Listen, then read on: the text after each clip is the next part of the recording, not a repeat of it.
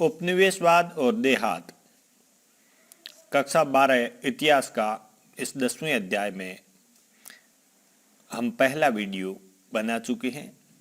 यदि आपने मेरा वो वीडियो न देखा है तो यहाँ पर जो लिंक शो हो रहा है उस लिंक पर जाकर आप पहला वीडियो देख सकते हैं। उसके बाद आप ये दूसरा वीडियो देखिए। उस वीडियो के पहले पन्ने में ये लिखा था कि इस पाठ में हम क्या क्या पढ़ेंगे।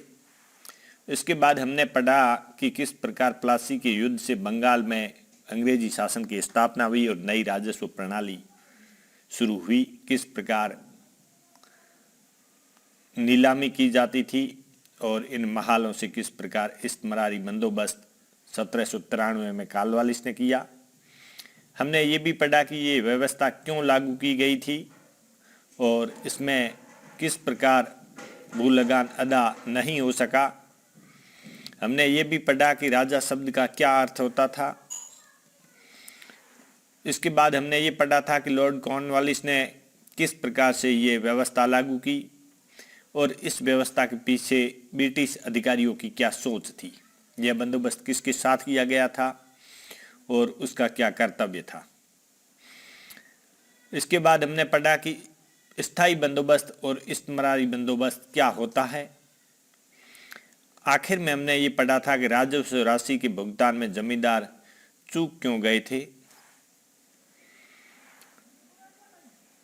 आगे हम पढ़ेंगे कि आखिर इन जमींदारों की असफलता के कारण क्या थे जो 75% से अधिक जमींदारियां नीलाम हो गई। सबसे पहला कारण था इसकी मांग बहुत ऊंची थी। जब 1793 में पहली बार स्थायी बंदोबस्त या इस्तेमारी बंदोबस्त किया गया तो अंग्रेजी सरकार की ये सोच थी कि कीमतें बढ़ेगी और उत्पादन भी बढ़ेगा। चूंकि लगान एक निश्चित है और वही सरकार को प्राप्त होगा, इसलिए उन्होंने पहले से मांगे ऊंची रखी ताकि जो उत्पादन और कीमतें बढ़ेगी उसका लाभ जो कंपनी को नहीं मिलेगा उसका संतुलन बनाया जा सके। दूसरा इसका कारण था कीमतें नीची आ गई। 1790 के दशक में उपज की कीमतें काफ़ी नीची हो गई थी और इसके कारण किसानों के लिए और जमींदारों दोनों के लिए देय राशि चुकाना बहुत मुश्किल हो गया था। तीसरा इसका कारण था कि राजस्व असमान था। फसल से इसका कोई संबंध नहीं था। यदि फसल खराब भी होती थी तब भी राजस्व वही अदा करना पड़ता था। सूर्यास्त विधि का कानून था, यदि सूर्य अस्त हो जाता उस दिनांक का और उस दिनांक तक यदि लगान नहीं भरा जाता था तो वो जमींदारी नीलाम हो जाती थी। इस प्रकार यह एक कठोर कानून था। जमींदार के पास दायित्व तो था लेकिन उसके पास इस प्रकार की कोई शक्ति नहीं थी कि वो लोगों को लगान देने के लिए विवश कर सके। इस प्रकार ये 4 कारण थे जिसके कारण जमींदार लगान अदा करने में असफल हो गए और 75% से अधिक जो जागीरदारियां थी वो नीलाम हो गई।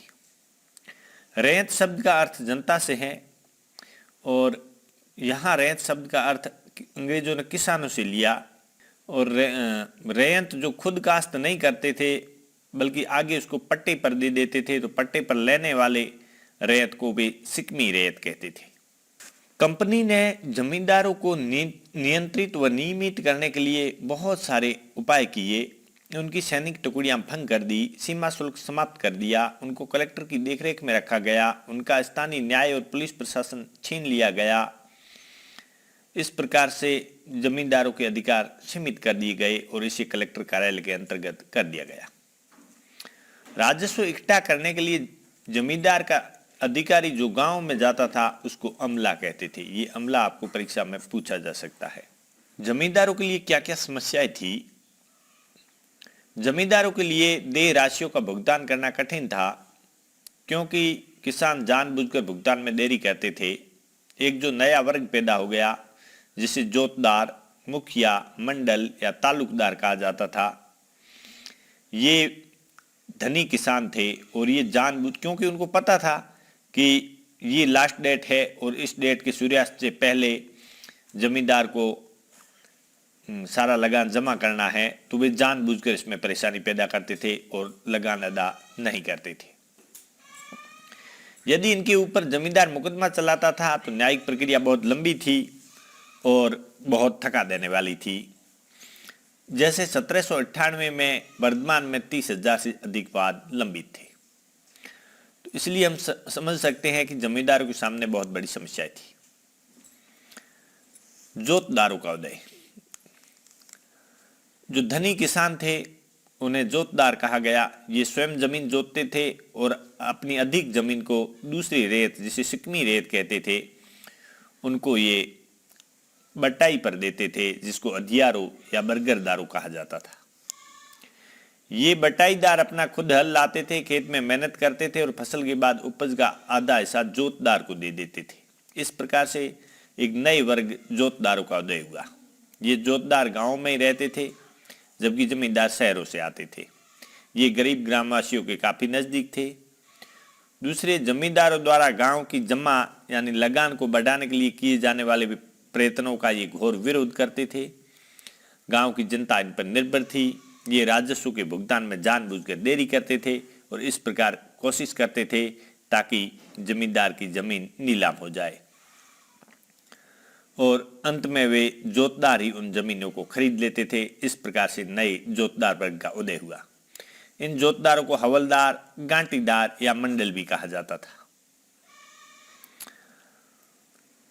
जमा। कंपनी को राजस्व अदा करने के लिए जो निर्धारित राजस्व था या राजस्व की जो निर्धारित मांग थी उसको जमा कहा जाता था।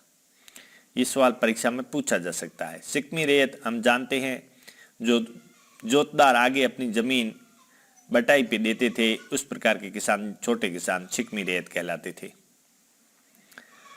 अब जमींदारों की ओर से जो प्रतिरोध किया गया, इससे पहले हम दिनाजपुर के जोतदारों के बारे में पढ़ते हैं। दिनाजपुर के जोतदार ये नया भूस्वामी वर्ग था और इन पर बहुत सारा लगान बकाया रह गया। जब जमींदार इनको धमकाने जाते थे या शिकायत करते थे तो ये स्वयं इसकी शिकायत लेकर फौजदारी थाने पहुंच जाते थे और इस प्रकार से उस जमींदारों को अपना राजस्व अदा नहीं करते थे और इस प्रकार जमींदार खतरे में आ गए और ये नया जोतदार वर्ग अस्तित्व में आ गया। जमींदारों से की ओर से किया गया प्रतिरोध। जमींदारों ने भी अपनी सत्ता समाप्त होने से बचाने के लिए बहुत से प्रयत्न किए। उन्होंने फर्जी बिक्री दिखाई, जैसी हमने पिछले वीडियो में पढ़ी थी। उन्होंने जमींदारी का हिस्सा अपनी माता को दे दिया या अपने नौकरों को दे दिया। इसी प्रकार जब वे दूसरी बार नीलाम हुई जमीन खरीदते थे तो जानबूझकर उसकी राशि बढ़ा देते थे, लेकिन वो उसको अदा नहीं कर पाए तो वो फिर नीलाम हो जाती थी, वो फिर खरीद लेते थे, फिर नीलाम हो जाएगी, फिर खरीद लेते थे। इस प्रकार यह बकाया राशि बढ़ती जाती थी और ये राशियां कभी वसूल नहीं हो पाई। इस प्रकार से जमींदारों ने एक नया तोड़ भी निकाल लिया था। दूसरा था, जमींदारों ने एक और तोड़ निकाला कि यदि जमीन नीलाम करके किसी दूसरे जमींदार को दे दी गई है तो वे उस पर कब्जा नहीं करने देते थे। पुराने जमींदार लठियाल रखते थे, यानी लठेत अपने पास रखते थे। ये लोग जमींदार के प्रति वफादार थे और पुराने जमींदार को ही अपना जमींदार समझते थे। इस प्रकार से वे नए जमींदार को अपने यहाँ आने नहीं देते थे। इस प्रकार से उन्होंने अपनी जमींदारी बचाने के लिए बहुत सारे प्रयत्न किए। हालांकि ये सवाल आपको परीक्षा में शायद ही पूछा। अब हम 5वीं रिपोर्ट का अध्ययन करेंगे।